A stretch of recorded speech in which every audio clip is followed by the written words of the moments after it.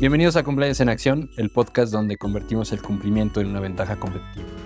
Hoy tenemos como invitada a Carolina Presa Garza, abogada por la Universidad Anáhuac, con un máster en Compliance Officer por la Universidad Complutense de Madrid y actualmente es Ethics Officer de Banamex. Carolina es una amiga que conocemos desde mucho tiempo antes. Estábamos platicando antes de que comenzáramos a grabar, que nos conocimos en el 2018 por ahí. Y empezaste en DPTA, que es un despacho aliado de Complan Legal, pero que está mucho más especializado en temas electorales. Cuéntame ahora sí cómo se dio ese salto al compliance. Así es, Pedro. Yo empecé en estas 4 paredes que hoy nos acompañan. La verdad es que fue una experiencia súper fructífera. El tema electoral es apasionante y es muy divertido, pero la realidad es que en ese tiempo nosotros teníamos como una doble sangre ahí intentando ver si podíamos entrar a los temas de compliance. Honestamente, siempre fue mucho más electoral en temas de cumplimiento normativo, específicamente en temas anticorrupción. Cuando yo estaba con ustedes era solamente programas de compliance anticorrupción. Ya después te iré contando en el camino. Ahora he visto un montón de materias: penal, laboral, fiscal, gobierno corporativo, etcétera.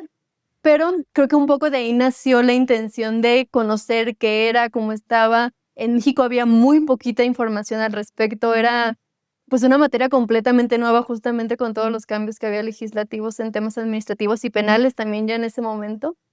Y de ahí nació la inquietud, sin saber absolutamente nada, intentando entender de dónde venía, pero la chispa de conocer una nueva materia que muy pocos conocían vino justamente de estar con ustedes. ¿Nos podrías explicar cómo ha sido tu trayectoria, cómo has venido evolucionando? Estuviste en una empresa industrial como Braskem y ahorita estás en Banamex.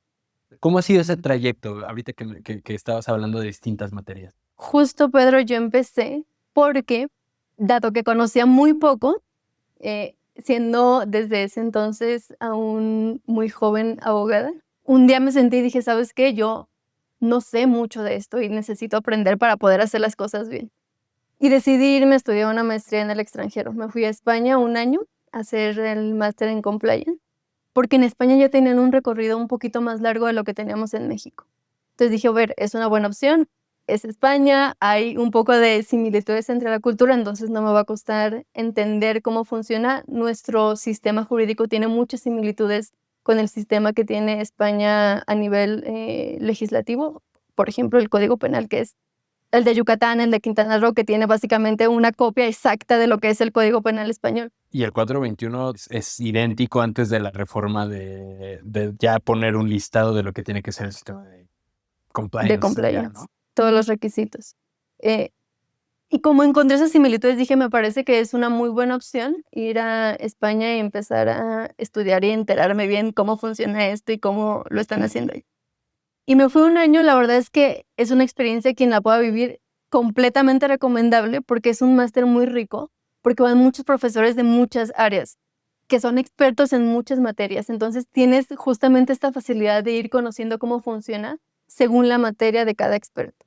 Y estando allá, el director del máster me invita a trabajar en el despacho español para hacer las prácticas, porque tenías oportunidad de decidir si querías o no querías hacer prácticas. Y yo fui la única de toda la generación de ese máster que se fue a España a vivir. Todo el mundo de América Latina estaba en sus casas tomándolo en línea y yo llegué, hola, ¿cómo están? Era la única que venía desde el otro lado del mundo para estar en el máster, entonces tuve mucha facilidad de poder hacer esas prácticas profesionales. Entonces, mientras estudiabas, hacer las prácticas profesionales. En un despacho español que justamente me daba la oportunidad de vivir desde dentro el compliance para otras organizaciones. Que vi que además también es muy holístico ese despacho. Solo se dedica a compliance y es justamente la creación de programas de compliance en general. No es una materia en particular, sino que lo ven de acuerdo con las necesidades que el cliente vaya teniendo. Entonces, por ejemplo, se acercaban clientes muy grandes, otros súper chiquitos, y entonces ellos te decían, ¿sabes qué? Yo solo necesito una capacitación en esto en particular porque tengo esta necesidad derivado de algún incidente que había pasado. O había otras empresas que decían, yo no tengo nada y necesito todo. Entonces era ahí de cero, empezar con los diagnósticos, hacer análisis de riesgos, empezar a implementar políticas, controles, volver a hacer las evaluaciones después de un año, etc. Entonces era muy rico porque yo tenía a la mano empresas que ya tenían mucho de compliance y otras que no tenían absolutamente nada y que me daban la oportunidad de ir de la mano de gente que ya era experta aprendiendo. Esto fue en España, entonces yo veía clientes españoles y era muy interesante porque también en la diferencia cultural aprendes muchísimo de cómo funciona una empresa en otro país, que tiene un desarrollo distinto y que además el compliance allá funciona completamente diferente a cómo funciona en México. Y de ahí, justamente quien en ese entonces era mi jefe en las prácticas profesionales me dijo que iban a abrir la empresa en México porque empezaron a notar que había una necesidad cada vez más fuerte en este país de tener este tipo de herramientas de compliance. Es B-Compliant. Es B-Compliance. Y me dijeron, regrésate a México y tú empieza a implementar allá desde cero todo esto que estamos haciendo con el conocimiento que ya tienes de cómo funciona el proceso en España. Y yo feliz, la verdad. Me vine a México a ser los primeros pilares de B-Compliance. Muy feliz, la verdad es que fue una experiencia súper linda porque habían empresas de toda la República.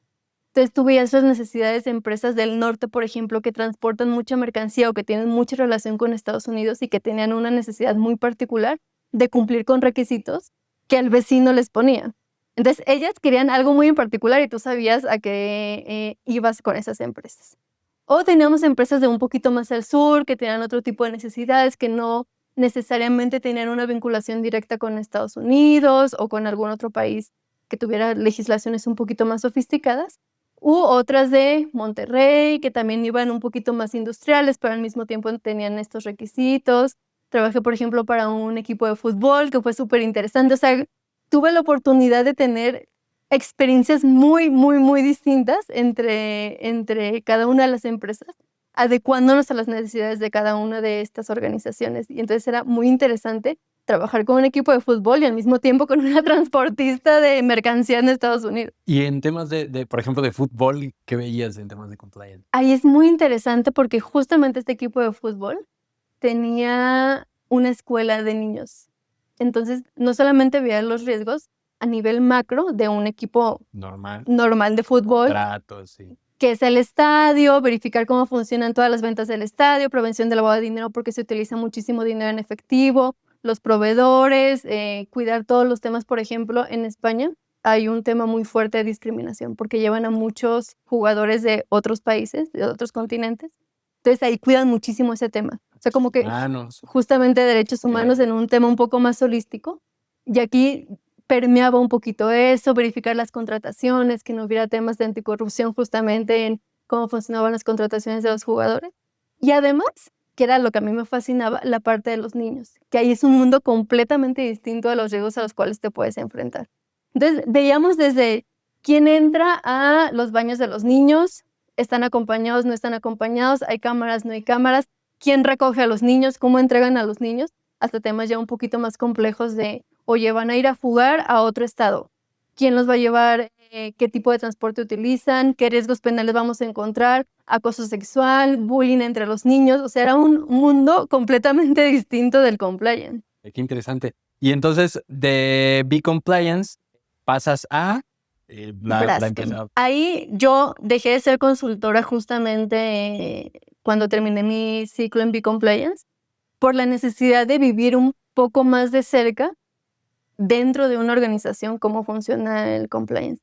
Porque la verdad es que tú vas a entenderme en esto. Es muy distinto ser un consultor externo a ser parte del equipo de compliance de una organización. Sí, las resistencias dentro de una empresa siempre van a existir, ¿no? Y el conocimiento de la organización también es distinto. Incluso creo que puedes entender mucho mejor los recursos con los que cuenta la empresa estando dentro que con la forma en la que te cuentan ellos cómo están haciendo las cosas, quién las va a hacer, cuánto tiempo tienen, cuántas personas tienen. Es un mundo completamente distinto.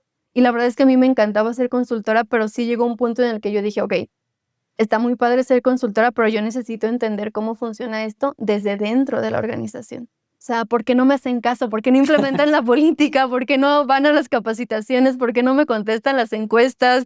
¿Por qué el riesgo que identifiqué para mí es importantísimo y para ellos es irrelevante?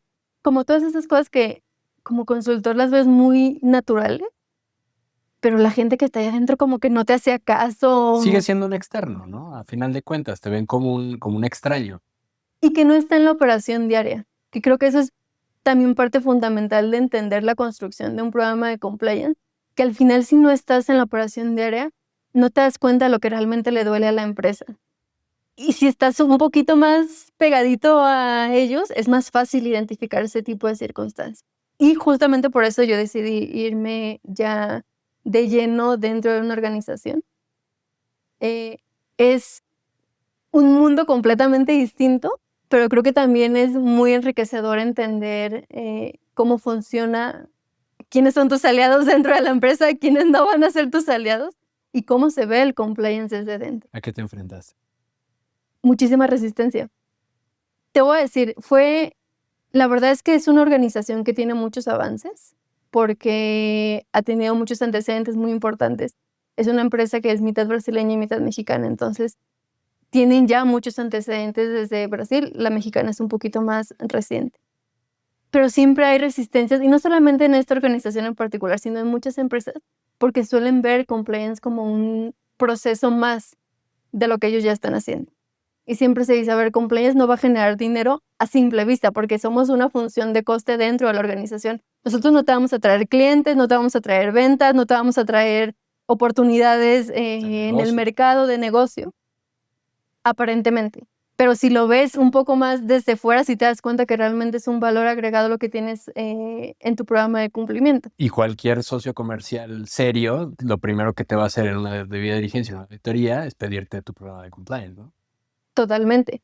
Si quieres tener, como dices, relaciones comerciales serias y sólidas y que además también funcione dentro de la cultura corporativa. Justamente hace poquito leía que hoy los jóvenes ya no solo buscan entrar a una empresa que les dé dinero, sino a una empresa que esté un poquito más alineada a los valores. Y creo que esto también, como parte de la cultura organizacional y la cultura de ética y transparencia dentro de las empresas, ver que si estás haciendo algo, que hay un código que te preguntan, que hay un canal para denunciar que realmente es anónimo, tener todas estas herramientas tiene indirectamente un peso para la organización y para la retención del personal que ellos quieren que esté dentro de la empresa.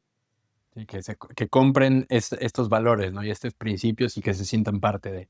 En tu máster, ahorita estabas hablando de que existen muchas, que es completamente distinto el tema, el compliance en España con el tema del compliance en México. Me llama mucho la atención porque ya hemos comentado que en el 2015, cuando se crea cuando se reforma el 421 del Código Nacional de Procedimientos Penales, se incluye esta figura, este término de debido control. Y en España, en ese mismo año, se estaba cambiando, o sea, estaba haciendo la reforma al Código Español.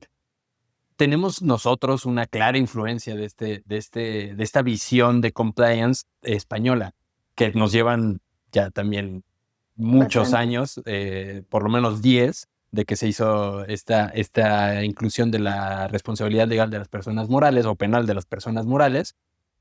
¿Cuáles son estas diferencias? ¿Qué fue estas diferencias o este mundo completamente distinto al que te refieres? Es que yo creo que Europa, Pedro, tiene varias particularidades. Primero, la Unión Europea, porque ahí ellos se enfrentan no solamente a la responsabilidad que tienen como país, por ejemplo, en este caso España, de implementar sus regulaciones, de tener un sistema de administración de justicia, etcétera, sino que ellos tienen una responsabilidad a nivel Unión Europea que te va exigiendo y te exige de verdad. O sea, ahí te ponen fechas límites y tú tienes que sacar la ley que tengas que sacar para cumplir tus compromisos con la Unión Europea. Y eso pasa, por ejemplo, en tema de protección de datos personales, en protección del denunciante, que hace algunos años se establecieron todas las directrices. Y tú, como Estado miembro de la Unión Europea, tienes que garantizar que estás ejecutando todas las medidas que la Unión Europea te está pidiendo. Porque si no, Las sanciones posteriores y las multas se hacen efectivas. Entonces, creo que eso a nivel Europa les ayuda mucho para el cumplimiento de este tipo de requisitos. Por otro lado, que tienen un avance un poquito más sólido que el que nosotros tenemos. Y por un tercero, el tema del sistema de administración de justicia, que creo que ha sido mucho más efectivo en ese tipo de países, que tienen de alguna manera procedimientos, digamos, más transparentes para poder ejecutar esas medidas. Hay un montón de libros en España que hablan de todos los criterios jurisdiccionales que se han sacado a partir de la sanción de las personas morales, no solamente en temas penales que son muy fuertes, sino, por ejemplo, también en temas de protección de datos personales, que las sanciones son altísimas y que ellos están vinculados directamente con eso. Y que también tienen casos muy emblemáticos que por ahí se van colando. También, por ejemplo, de equipos de fútbol, con aquellos grandes escándalos que han existido, el tema de apuestas, que son sectores súper regulados. En el Código Español sí recuerdo que uno de los artículos importantes de sanciones es el tema de apuestas, ¿no? El tema deportivo. Y esto, por ejemplo, en México, pues no lo tenemos ni siquiera contemplado, cuando ya han habido casos de amaño de partidos en Por los ejemplo. últimos años, ¿no? Esta interconexión de la Unión Europea entre estados, ¿cómo no chocan los compliance, por ejemplo, de Francia o del UK Bribery Act con España? ¿O cómo se interrelacionan? Yo creo que han encontrado una muy buena forma de ir adecuando a nivel local y a nivel nacional realmente, la manera en la que están trabajando en el compliance. O sea, sí creo que hay una aptitud específica de quienes están regulando actualmente en España para ir adecuando toda esa regulación y adecuarla a las necesidades de la Unión Europea. Porque al final hay también países que lo hacen muy bien. Por ejemplo, tenés el UK Bribery Act, que es un poquito más riguroso, etcétera. Y eso no necesariamente España tiene exactamente el mismo modelo, pero sí se han ido poniendo ciertos límites y ciertas barreras para restringir alguna especie de actitud delictiva dentro de las organizaciones, que creo que lo han hecho muy bien y se han ido especializando un poquito en tener la capacidad de poder adecuarse a las necesidades de la Unión Europea y al mismo tiempo conservar esa independencia como país de poder regular de la manera, porque también hay que reconocer que la Unión Europea sí te pone ciertos límites y ciertas necesidades mínimos, pero dan oportunidad a que el resto de los países puedan ir adecuando según su normativa interna. Ok. Entonces regresemos a España y las diferencias con México. ¿Cómo desde la implementación, o sea, me imagino, ya lo estás diciendo tú, desde la investigación, yo creo que va a ser totalmente distinto porque puedes tener un avance de 10 años mínimo, insisto, y esta evolución, por ejemplo, tú cuando ves el debido control y el cómo determinar ese debido control contra el listado, porque el debido control también puede ser, o sea, es un arma de doble filo, ¿no? Puede ser o muy amplio o muy genérico, pero también quiero entender que se trata de equilibrar con las empresas, ¿no? Porque como ninguna empresa es idéntica, no nada más de industria, sino de tamaños, no le vas a poder exigir lo mismo a una empresa a una empresa grande que a una empresa pequeña, ¿no? Entonces, quiero imaginar que el debido control llega a ser un poco amplio precisamente para que no vayas a acotar o a lastimar, si se puede llamar de alguna forma, a una empresa pequeña con exigencias que le vas a poner a una grande, contra este listado nuevo que hicieron en España de ser mucho más específico de qué es lo que tiene que tener un programa de compliance. En tu experiencia, después de haber estudiado allá, ¿cómo ves estas diferencias? ¿Cuál puede resultar más adecuada para México? ¿O qué cambiarías aquí en México? ¿Cómo lo fortalecerías con la experiencia que tuviste allá? ¿O crees que vamos por buen camino? ¿Cuál sería tu lectura? Es que justo creo, Pedro, que lo ideal es hacerlo proporcional. ¿A qué me refiero? A que tú puedes tener exactamente los mismos requisitos para todas las empresas, pero adecuarlos según las proporciones de cada una de ellas. Entonces, tú le puedes pedir a una empresa que tenga capacitación, pero va a ser muy distinta la capacitación de una empresa multinacional a una empresa que tiene 15 empleados, que solamente tiene operaciones en un estado de la República Mexicana y que tal vez tenga 2 directores en toda su estructura organizacional. Entonces, me parece que eso también se ha entendido muy bien, porque incluso hay mucha normativa española en que justo te dice como de tantos empleados a tantos empleados, estos son tus requisitos. Entonces, creo que la forma correcta de empezar a implementar estos programas de compliance en la organización en la que tú te vayas a meter es justamente ver las proporcionalidades, los recursos con los que realmente cuentas.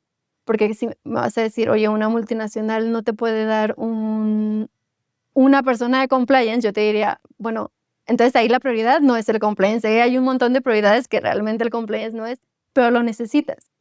Y me tocó trabajar, por ejemplo, con muchas empresas que decían, Caro, es que yo no tengo un director legal, ni un director de recursos humanos, ni un director. Si yo tengo el director general, su mano derecha y los demás son trabajadores normales. ¿Cómo garantizo, por ejemplo, la independencia del órgano de cumplimiento si no tengo personal que me ayude a solventar toda esta estructura organizacional que me estás pidiendo? Y sí creo que entender los requisitos de un programa de cumplimiento no solamente es, ¿sabes qué? Es que a mí las mejores prácticas y todos los libros de compliance me dicen que tiene que ser un órgano independiente, autónomo, con recursos suficientes para poder. Ok, eso nos dicen, en una empresa que sea muy grande va a funcionar perfecto y seguramente vas a tener todos esos insumos. Pero en una empresa chiquita que tiene la intención y que se ha propuesto tener medidas de cumplimiento, no vas a poder implementarlo así. Entonces tienes que encontrar las formas. Ok, tal vez no, pero para tomar ciertas decisiones sí se necesita que el director particularmente lo haga, o a un despacho externo que ya estoy yo apoyándote, entrar a darle esa autonomía e independencia. Creo que la forma correcta de ir implementando todas estas medidas es entender la organización de cero, entender con qué estás trabajando y hacerlo de manera proporcional a la empresa a la que te estás enfrentando, que creo que eso en España lo hacen muy bien, por ejemplo. O sea, las empresas grandes tienen un desarrollo y van al mínimo detalle de cada uno de los requisitos del Código Penal, de prevención del lavado de dinero, de protección de datos personales, de la legislación laboral. Y luego hay otras empresas que tal vez no tienen ese desarrollo, pero cumplen con exactamente los mismos requisitos, solo que de forma mucho más sencilla.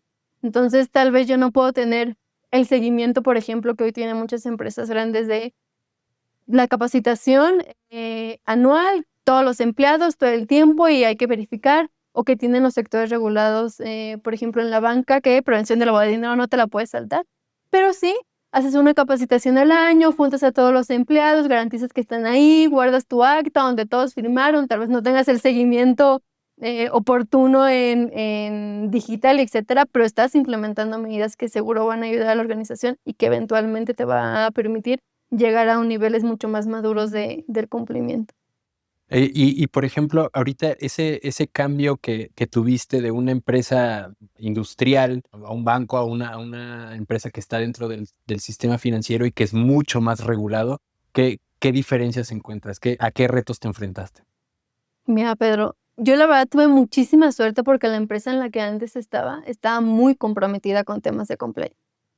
Entonces, ahí se desarrollaban los procedimientos de una forma profunda y que además importaban un montón dentro de la estructura y los procesos, y tenía un peso muy importante en las decisiones que se tomaban. O sea, siempre tocaban base con compliance, levantaban la mano y decían, oigan, esto se puede, no se puede hacer, está bien, no está bien, cómo acepto el regalo, cómo no lo acepto, voy a este evento, voy a la Fórmula 1, no voy a la Fórmula, ¿sabes? Como sí levantaban las manos y era una empresa muy comprometida. Pero el sector bancario es completamente distinto, porque ahí todo está completamente regulado. Todo, ahí no tienes oportunidad, porque además hay muchas auditorías a las cuales te enfrentas y esas auditorías te dan una calificación y esa calificación impacta a tus operaciones y esas operaciones después, según la calificación que tienen los bancos, van viendo su estado de liquidez, los préstamos que les dan, etcétera. Entonces, todas las pequeñas partecitas que vas haciendo tienen ahí sí el compliance, ves cómo realmente impacta, no solamente en la cultura organizacional, cómo impacta económicamente dentro de las operaciones de un banco como en el que estoy o como en cualquier otro. O sea, tú te puedes meter incluso a cualquier página de internet de cualquier banco que se te ocurra grande ahora en México, o el reciente escándalo que tuvieron varias instituciones financieras que hoy ya están extintas por no haber tenido los controles eficientes. ¿Qué pasa con sectores como estos que son tan regulados? Que hay mucha especialización en cada una de las funciones. Entonces, por ejemplo, en una empresa como aquella industrial en la que estuve, en cualquier otra, tienes un programa de compliance con un equipo de compliance que ve de manera general a toda la organización. Entonces, tú eres el director de cumplimiento y la gente se acerca a ti porque ya saben que tú eres el punto focal de lo que sea que se les ocurra de compliance, del canal de denuncia, de conflicto de interés, de debida diligencia. Tú eres el punto focal de todo eso y digamos que le das servicio a toda la organización. Lo que he visto, por ejemplo, que cambia muchísimo en el sector bancario es que tienes a una persona para algo en específico. a otra persona para algo en específico, porque son tantas las operaciones que se están ejecutando todos los días que necesitas a un experto en canal de denuncias, necesitas a un experto en investigaciones, necesitas a un experto en cumplimiento, necesitas a un experto en conflicto de interés, necesitas a un experto y ese experto tiene un equipo que lo respalda. Porque tú imagínate, piensa en cualquier banco grande, ¿cuántos puntos de contacto no tienen en el país? O sea, imagínate todas las posibilidades de irregularidades que se pueden cometer desde el cajero número 1 hasta el director nacional número 5 en cualquier sector. Entonces es muy, muy complejo tener a un solo equipo que se dedica a darle servicio a toda la institución. Y ahí sí se va volviendo, ahí entiendes realmente cómo es necesario tener especialistas por cada materia, por prevención del lavado de dinero, tienes a los abogados laborales, tienes a los abogados laborales del sindicato, tienes a los abogados, ¿sabes? Como que va cada vez especializándose un poco más y creo que eso hace que el compliance se viva desde una perspectiva, como lo decías, un poco más holística. Y vas entendiendo que, ok, compliance no es solamente anticorrupción, compliance no es solamente fiscal, compliance no es solamente compliance, es cada partecita de la institución, porque cada parte de la institución tiene normas que se tienen que cumplir. Y cada norma que se tiene que cumplir debería de tener un control para que esa norma se esté ejecutando correctamente. Y además alguien que esté garantizando que esa norma se está cumpliendo. Entonces, es un mundo muy difícil, la verdad. Adecuarse al sector bancario es complejo, pero es apasionante. Así que si un día te llama la atención, te lo recomiendo muchísimo. Muy bien. Oye, ¿podrías ayudarnos a explicar, sobre todo para quienes nos escuchan, la diferencia ahorita que estamos metiéndonos en temas regulatorios entre el derecho regulatorio y un programa de compliance? Porque hay mucha gente que no entiende las diferencias entre lo que te dice la ley, la regulación que debes de cumplir y el programa de cumplimiento de la empresa. Es que además, Pedro, qué buena pregunta y qué bueno que lo dices, porque no hay nada en ninguna ley que te defina qué es un programa de compliance. O sea, hoy, estoy hablando de México, si tú ves la regulación mexicana, puedes encontrar la Ley General de Responsabilidades Administrativas, la política e integridad. Puedes encontrar, oye, los requisitos para el debido control en el Código Penal. O de repente en prevención del lavado de dinero puedes encontrar ahí también algunos mecanismos de control. O en protección de datos personales, bueno, ¿qué deberás de considerar para verificar que tengas cumplimiento de todas las obligaciones de datos personales? Pero el concepto programa de compliance o programa de cumplimiento normativo realmente no lo vas a encontrar. Entonces sale un poco de este aspecto de compliance regulatorio o de un programa de cumplimiento regulatorio que se ha intentado vender o implementar en muchos otros ámbitos. Lo que dijiste es tal cual. Regulatorio es literalmente dar cumplimiento a las obligaciones de ley. ¿Cómo vas a dar cumplimiento a las obligaciones de ley? Bueno, dependiendo de la materia en la que estés hablando, pero eso lo tienes ya explícito. Entonces tienes una serie de obligaciones y responsabilidades que están en alguna ley en particular, la que tú me quieras decir, según la materia que me quieras decir, y esas están ahí. Que te sirve mucho para verificar, por ejemplo, en los análisis de riesgo si estás dando un correcto cumplimiento de esas obligaciones en la materia. Un programa de compliance es una cosa completamente distinta a eso, porque parte además de una intención de la organización de organizar como tal todo el cumplimiento de sus obligaciones y creo que lo más importante es que no solamente de sus obligaciones normativas y legales, sino de las obligaciones que ellos mismos decidieron autoimponerse. Por ejemplo, tú me dices, oye, un código de ética y conducta. Está como un requisito que tú voluntariamente puedes tener en algún momento en tu historia como organización, pero no hay ningún documento que te diga, es obligatorio que tú tengas un código de conducta específico que diga A, B, C y D. O incluso mucho más a fondo, no sabes el contenido que tiene que tener ese código, porque yo sé que está en la Ley General de Responsabilidades Administrativas como un elemento para evaluar tu responsabilidad ante un eventual incumplimiento administrativo. Pero justamente el programa de compliance es, ok, lo normativo, perfecto, regulatorio está muy bien, pero todo aquello que tú como organización decides que quieres cumplir, entra dentro de ese programa de compliance. Entonces es mucho más amplio que solamente esas obligaciones.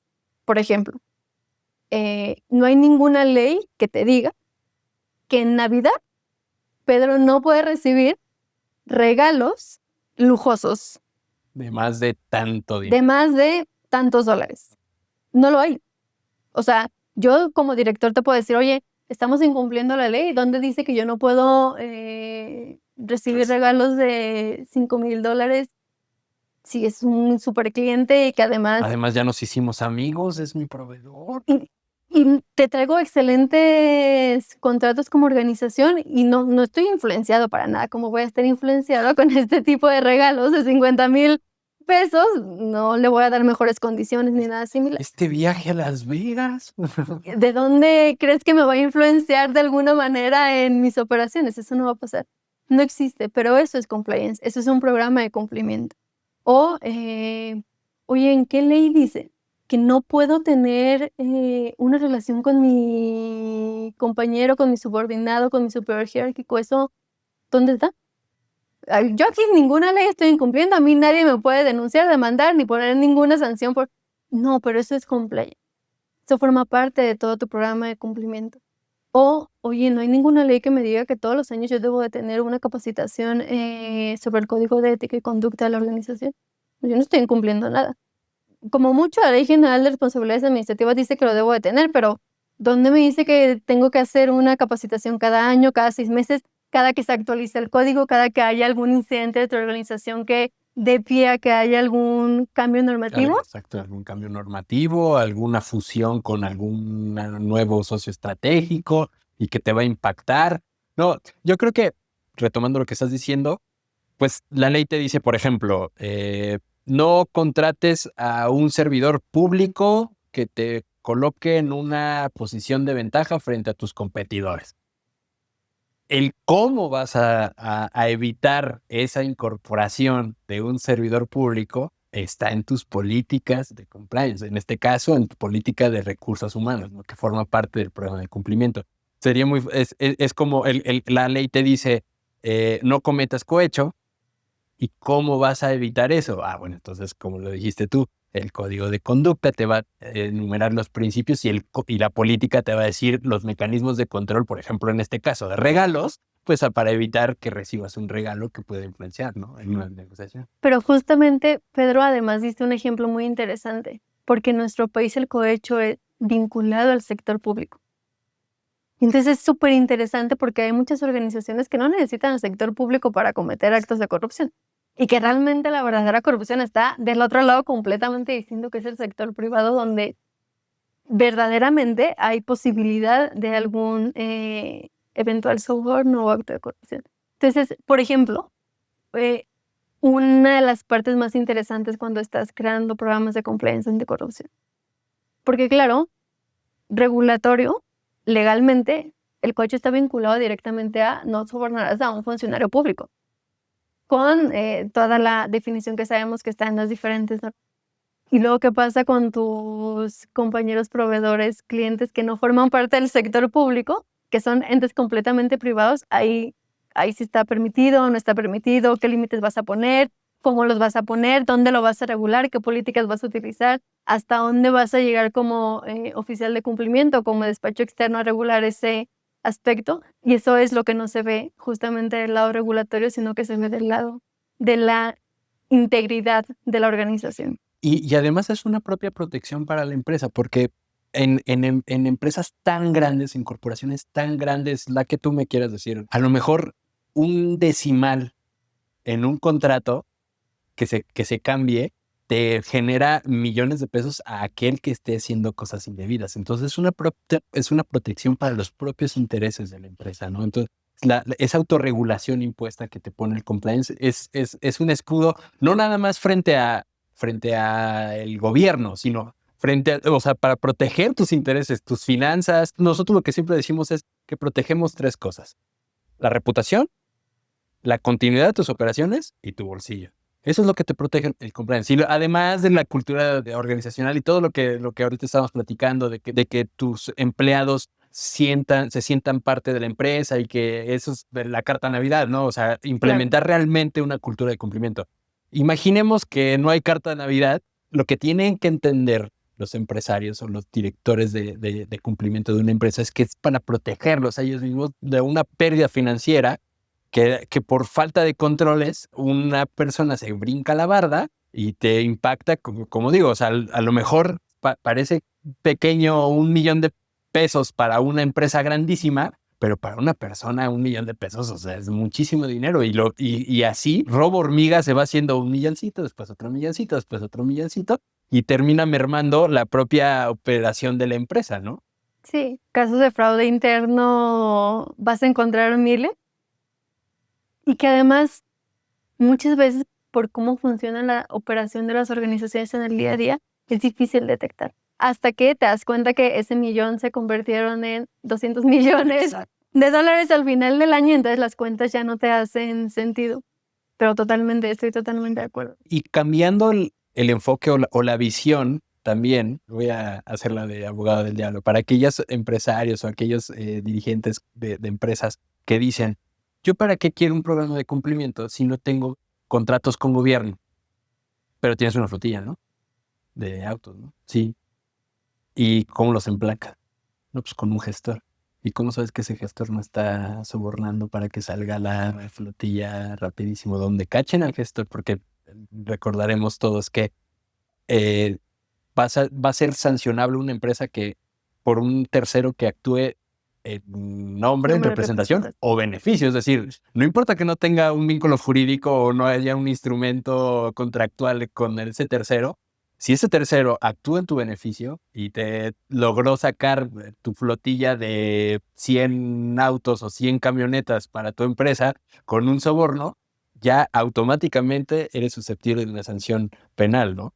Y que no va a haber una cláusula que te libre de eso, Pedro. O sea, porque muchas organizaciones es como, no te preocupes, en mi contrato ya está, que cualquier acto que sea responsabilidad de ese tercero y yo no estoy vinculado, no. Aquí no importa el contrato que hayas firmado con ese probador o ese tercero o ese gestor. Si actuó de esa manera y te benefició, ya está, el vínculo está ahí. Y tú no vas a poder librarte ni con las 37 cláusulas que pusiste que los hacías responsables a ellos de todo su proceso de gestión de las placas. Tú estás vinculado directamente porque te beneficiaste y no tienes, e incluso te diré, hay muchas veces que aunque el beneficio sea indirecto, podría de alguna manera impactar en tus operaciones, no necesariamente tan visible ni tan claro como lo pudiera llegar a ser. Iniciamos la plática o nos contaste en tu camino, en el inicio de tu camino con el compliance, pues no se conocía. No sabíamos exactamente qué era este monstruo de cumplimiento, ¿no? En México estamos pañales, o sea, si bien ya pasaron casi 10 años, seguimos, apenas están saliendo los primeros criterios. ¿Qué opinas? Tú eres una persona muy preparada, tienes muchas, ya tienes varias certificaciones, además del máster. ¿Cómo ves esta nueva generación de abogados que ya empiezan a ver el compliance no tanto fuera del derecho, sino ya como parte de una rama del derecho corporativo, si se puede llamar de alguna forma? ¿Cómo ves esta nueva preparación de abogados que ya empiezan a tener esta visión? ¿Y qué tan necesario es una certificación o la preparación, ya sea en una academia o en una escuela o una universidad? ¿Cómo ves esta nueva visión académica del compliance? Mira, Pedro, yo cuando estaba en la universidad, se empezaba a hablar de que ahora ya existía responsabilidad penal para las personas jurídicas. O sea, era un cambio radical de cómo se entendía la doctrina del derecho penal. Y entonces tenías a los profesores que se peleaban, ¿cómo va a haber responsabilidad de las personas jurídicas si actúan a través? Entonces era todo un nuevo acontecimiento dentro de la estructura doctrinal de entender el derecho penal. Y yo me acuerdo que en ese entonces yo ni entendía por qué les causaba tanto complejidad de entender algo que para mí resultaba muy sencillo y muy obvio, pero para ellos era cambiarles el paradigma de cómo funcionaba todo este sistema. Y un poco similar con lo que fue la Ley General de Responsabilidades Administrativas. Y creo que de ahí en adelante ha habido un cambio completo de cómo se entiende el papel que tienen las empresas en el mundo y su responsabilidad y la responsabilidad que tienen de cada una de las acciones que van cometiendo como ente jurídico. Creo que hoy hay mucho más intención de las nuevas generaciones porque además nos ha ayudado mucho la manera en la que se va entendiendo el derecho que dejó de ser una cosa completamente local a ser una cosa que fue extraterritorial. Que lo comentábamos antes de iniciar todo el tema del FCPA, cómo cada vez estamos más vinculados, cómo cada vez Estados Unidos mete más presión por dar cumplimiento y por poner ciertos límites, recientemente con todo lo que pasó con los cárteles, etcétera. Y además que también estamos con muchos países de América del Sur que tienen una vinculación con México, que se va viendo que esto va teniendo un impacto con temas en Europa, que vemos cómo realmente funciona el compliance para las organizaciones en México. Creo que es indispensable. Lo cierto es que ya hay varias ofertas académicas en este país, pero sí me parece, por ejemplo, que tener una certificación oficial o que dar oportunidad a que exista de alguna manera algún, no sé si algún colegio, porque eso puede ser ya un poco agresivo, pero sí tener algún programa que prepara oficiales de cumplimiento. Yo sé, por ejemplo, que en materia de prevención de robo de dinero, que yo no soy experta, pero sí hay un poquito de más avances, por lo menos en nuestro país, del examen que tienes que presentar, la preparación que tienes que tener, cómo se organiza este examen, todos los requisitos mínimos para poder intentar ser parte de esos oficiales de cumplimiento que están certificados. Pero esa es una materia de lo que decíamos, de todo lo que realmente significa el compliance. Entonces, creo que tener algo tal vez no tan estricto, pero muy similar, que le permite justamente a las nuevas generaciones interesarse mucho más, que creo que ya lo están haciendo, pero mucho más para ver esto como un campo de especialización en nuestro país, sería buenísimo y sería fundamental para prepararnos cada vez más. ¿Lo ves así? ¿Lo ves como una nueva materia? En la entrevista pasada con mi querido Dante estábamos platicando sobre la cierta ventaja que puede haber de los abogados, porque entendemos la legislación, sobre el resto de las otras profesiones que pudieran vincularse con el cumplimiento. ¿Ves algo cercano a que pudiera haber una materia específica, a lo mejor con una embarrada de derecho, a lo mejor con una embarrada por ejemplo, de la preparación de un auditor? ¿Lo ves como una materia en una universidad distinta o crees que lo que está sucediendo es parte del derecho y como una especialización, ¿no? De una rama del derecho, el tema de cumplimiento, o sí tiene las bases para ser una materia totalmente distinta?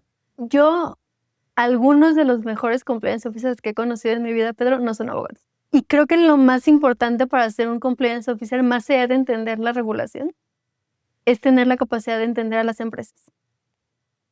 Porque justamente es importante y es muy importante entender a qué te estás enfrentando, cómo lo tienes que hacer. Pero al final tú como compliance officer puedes tener a un abogado que te traduzca la ley y que de alguna forma te ayude a verificar cómo puedes ir implementando. Pero es muy difícil tener a la persona que te traduzca a la empresa. Entonces, para mí sí es mucho más importante tener estas aptitudes de saber qué es lo que necesita la empresa y cómo lo necesita, más allá de si entiendes o no entiendes la ley. Es importante, muy importante. Pero creo que no necesariamente es una materia estrictamente vinculada a un abogado. O sea, hay personas con muy diferentes profesiones que entienden bien qué es lo que se necesita en el área y cómo se tienen que hacer las cosas y que dan resultados buenísimos sin tener este expertise o este background de ser abogado, y entiendo perfectamente lo que me está diciendo la ley, porque además muchas veces ni siquiera los propios abogados entendemos de qué habla, ¿sabes? Entonces sí creo que no lo vincularía estrictamente a un tema de, bueno, si eres abogado, pues entonces ser compliance officer. Creo que es distinto, necesitas diferentes formas de entender el compliance. Puede ser o no puede serlo, está perfecto, pero no lo acotaría necesariamente a Tema de derecho. es una especialización después de ser abogado, o solamente si tienes el título de licenciado en Derecho o de abogado, puedes ser compliance officer. Creo que es importante que se haga una materia distinta. No lo encasillaría en, bueno, como parte de lavado de dinero vemos compliance, o como parte de penal vemos compliance, o como parte, sí me parece que es importante que se vea como algo individual, una materia individual, pero no, sin duda no lo haría estrictamente ni específicamente vinculado a un tema de derecho. Y mira que yo soy abogada y me encanta a mí la profesión, pero he conocido a gente que lo hace extraordinariamente bien y que no necesariamente tiene un perfil, porque además Jurídico. hay una cosa muy importante que como compliance officer, como responsable de cumplimiento tienes que entender. Tú tienes que venderle el compliance a la empresa. Y los abogados no somos tan buenos para vender. Se nos complica muchas veces. Entonces, creo que ser un buen compliance officer también se diferencia en eso, en cómo vendes tú el producto dentro de la misma organización y convences a los directores, a los socios, a los accionistas de que es un producto que vale la pena tener. Entonces, importantísimo, hay que estudiar, hay que entender las leyes, pero sí creo que es muy importante entender a la organización. Muy bien. Que es una gran respuesta porque es totalmente distinto a lo que habíamos platicado. ¿Qué retos ves para el cumplimiento? Me atrevería a decir primero mundial, partiendo de que tienes esta experiencia en España y en México particularmente. Ay, qué complicada pregunta, Pedro. Creo que empezaré por México. Creo que uno de los grandes retos de nuestro país es ejecutar el sistema de justicia administrativa de penal para que las empresas entiendan que realmente son responsables. Creo que no hemos tenido, poco a poco lo comentabas, van saliendo criterios, se van estableciendo medidas, se va sancionando una que otra empresa, se van verificando cómo funciona toda la responsabilidad que tienen, pero sí falta endurecer un poco todas estas medidas que se han tomado, porque además son casos que como que no se hacen tan públicos o no se conocen tanto, solo quienes estamos metidos en este ámbito podemos entender, podemos saber, no se ha dado tanta publicidad como en otras instituciones o en otras organizaciones en otros países sí se ha dado. O sea, todos los casos que conocemos de FCPA que tienen multas millonarias y que se han hecho internacionalmente reconocidos, se ha dado una publicidad particular, porque además no solo tienes la sanción, sino que se encargan de que públicamente sepan que esta empresa cometió esta irregularidad y hay que decirlo y cuidado con que te relaciones con eso porque tiene temas de sanción. Entonces creo que sí falta en México tener un sistema de justicia mucho más adecuado a las necesidades que hoy tiene nuestra regulación y la publicidad que se da a este tipo de información. Y a nivel mundial es que es muy complejo, Pedro, porque creo que todavía nos falta avanzar muchísimo. O sea, aún en las organizaciones que más maduras son en temas de compliance, siguen habiendo muchas irregularidades todo el tiempo. Y es natural dentro de las empresas, porque ninguna empresa va a ser perfecta y ninguna va a tener todo, y no solo las empresas, ninguna administración pública va a ser perfecta porque también ellos tienen su propio compliance en el sector público. Pero sí me parece que ahí el reto es, lo que pasa es que cuando tú tienes a países con tanta madurez, de repente llegas al otro extremo. Entonces ya no puedes hacer absolutamente nada y entonces todo se convierte en una irregularidad y a todo el mundo le da miedo tomar decisiones, entonces ya nadie quiere hacer nada y para todo te preguntan y les da. Y creo que encontrar ese punto medio en el que encuentres cómo poder hacer las cosas de forma correcta y al mismo tiempo no caer en la irregularidad es lo que a nivel mundial falta, porque de repente tú te encuentras en instituciones en las que literalmente tienes 5,000 denuncias al año porque todo es una irregularidad. Entonces no puedes hacer absolutamente nada porque ya todo el mundo te está señalando para verificar si estás haciendo, porque además claramente no saben si lo que estás haciendo o no estás haciendo está mal, pero yo lo voy a denunciar de todas formas porque a mí el compliance me dijo que tenía que denunciar absolutamente todo. Entonces creo que sí falta encontrar ese punto medio a nivel mundial de tengamos buenos programas de compliance. Porque un buen programa de compliance no es 300 políticas con un código de 500 hojas, con 500 controles que identificamos, con un análisis de riesgos cada 6 meses que ya llegaste y ya le hiciste la misma entrevista al mismo director 37 veces y ya está harto de contestarte siempre lo mismo, sino tener como que avanzar un poquito más y decir, ok, este programa de compliance que tengo que puede ser muy bueno, ¿realmente me funciona? Realmente, yo tenía un jefe, por ejemplo, que decía que de repente llegaba a una reunión de un comité y decía, oigan, este año lo hicimos perfectamente bien. 50 capacitaciones. Oye, oficial de cumplimiento, lo hiciste excelente. 50 capacitaciones en el año, todo el mundo ya conoce el programa de compliance seguramente y va a ver cómo utilizar el canal de denuncias, todas las políticas. Perfecto, gracias, adelante, continúa, etc. Luego llegaba el de recursos humanos y estamos hartos, 50 capacitaciones es muchísimo, los empleados no pueden dedicarse a lo que se tienen que dedicar, ya vinieron, quieren a quejarse porque son un montón de capacitaciones, no tenemos tiempo para ejecutar nuestras actividades porque tenemos 37 cursos que hacer y ¿quién está bien? ¿Sabes? Depende un poco. Entonces creo que el gran reto es encontrar programas de cumplimiento y programas de compliance que se adecúen a la realidad de las organizaciones y que no se descuide el cumplimiento regulatorio y normativo, que es fundamental e indispensable, pero que también le dé la oportunidad a las empresas de entender que sirve, que funciona y que no es una carga y un peso extra que tienen que pasarse a la mochila y un entrenamiento más, una capacitación más, otra entrevista, sino que realmente vayamos entendiendo que se puede adecuar específicamente a lo que una empresa necesita. Y se conecta con la respuesta anterior, ¿no? Que no necesariamente tienes que seguir un manual, sino que también, o sea, si el manual te dice que debes de hacer una capacitación, y por manual me refiero a las directrices de las mejores prácticas, perdón, para ser más exacto. Si las mejores prácticas te dicen que tienes que hacer una capacitación mensual, tú también debes de tener el feeling de la empresa, que es a lo que te referías de conocer a la empresa. Tiene que haber un punto justo entre un equilibrio entre la sobreregulación y el hagan lo que quieran, ¿no? O sea, sí tiene que haber una especie de equilibrio entre no sobreregular, no entorpecer las operaciones de la empresa y proteger a la propia empresa, ¿no? Y que además la puedes proteger, Pedro, de manera inteligente. O sea, por ejemplo, yo te pregunto, eres una empresa que tiene 1,500 proveedores y eres el único de compliance. ¿Cuándo vas a terminar de hacer tus debidas diligencias? No, es imposible. Es imposible. Entonces, ¿cómo vas a proteger a la empresa? Se podría, o sea, cualquier oficial de cumplimiento tendría que decir como, oye, ¿cómo es que le tengo que hacer debidas diligencias a todo? Le tengo que pedir los mismos documentos para garantizar que la empresa no caiga en un estado de vulnerabilidad por vincularse con alguno. No. Imagina hacer una evaluación de riesgos Es inviable. Sí. Y entonces, ¿qué haces? Divide a tus proveedores. Catalógalos, cuáles son más riesgosos, cuáles tienen mayor importancia, el porcentaje en el que están participando como proveedores o parte de tus clientes.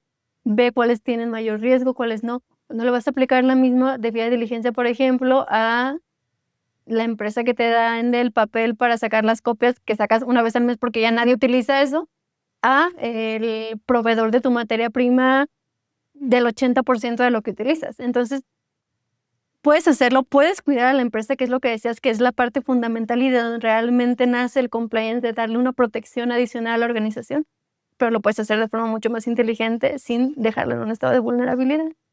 ¿Qué experiencia o qué libro, por ejemplo, a mí me interesaría saber qué libro recomendarías a la mejor a un estudiante que nos esté escuchando para decir, si te lees este librito, por lo menos te vas a dar una buena embarrada de cumplimiento? La verdad, Pedro, no sé bien cómo se llama, pero hay en España una recopilación de todas las sentencias del tribunal en materia de responsabilidad penal de las personas jurídicas. Ahí está. Es buenísimo. Porque ¿sabes qué es lo fascinante de este libro? Que entiende qué es lo que le piden a las empresas. Y entonces, porque tú como empresa puedes tener un programa que dices, es el mejor programa de compliance que yo he visto en mi vida. Y de repente te enfrentas ante un proceso judicial y te dicen, tu programa de compliance no sirve para absolutamente nada, porque lo que tendrías que haber hecho para evitar que se cometiera el ilícito es A, B, C y D.